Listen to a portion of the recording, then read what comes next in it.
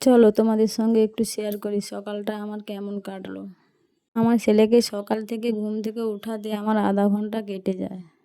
10-15 minute কোলে থাকে, তারপরে ঘুমটা ভাঙাতে হয়। সকাল থেকে উঠলে ওকে আগে ব্রাশ করে এক গ্লাস জল খাইয়ে দিই, তারপরে ও স্কুলের ড্রেসটা পরে। আর সকালে ঘুম থেকে উঠলে কিছুই খেতে যায় না, খাওয়াতে এত কষ্ট হয়। কোনো দিন কিছুই খেতে যায় না, কোনো দিন এক গ্লাস শরবত ওকে দিই, আবার কোনো দিন কিছুই না খেয়ে চলে যায়। এদিকে দেখো মুখে কিছু একটা হয়েছে, তাই মলম দেবো, দিতে কি অসুবিধা হচ্ছে, দিতেই দিচ্ছে না। হিক্কা তুলছে, বমি করছে। বমি করলে কিছু কি খেয়েছে যে বমি বেরোবে?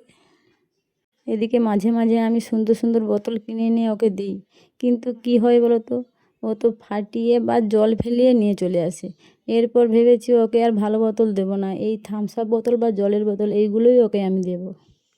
আর কালো টুক দেখো, কালো টুক নিতেই চায় না, জোর করে দেই। এখন ছোট তো, কালো টুকটা দিলে খুবই ভালো লাগে। স্কুলে যদি কেউ এসে কালো টিক না পরে, তাহলে এসে আমাকে বলবে, আমি আর কালো টিক পরবো না। এদিকে আমি ওকে স্কুল বের করে দিয়ে দেখো গাছের গোড়াকে চলে গিয়েছিলাম, কতগুলো আম গুঁড়িয়ে নিয়ে চলে এসেছি। এগুলো আজকে না মিষ্টি না টক, এগুলো আজকেই খাওয়া হবে।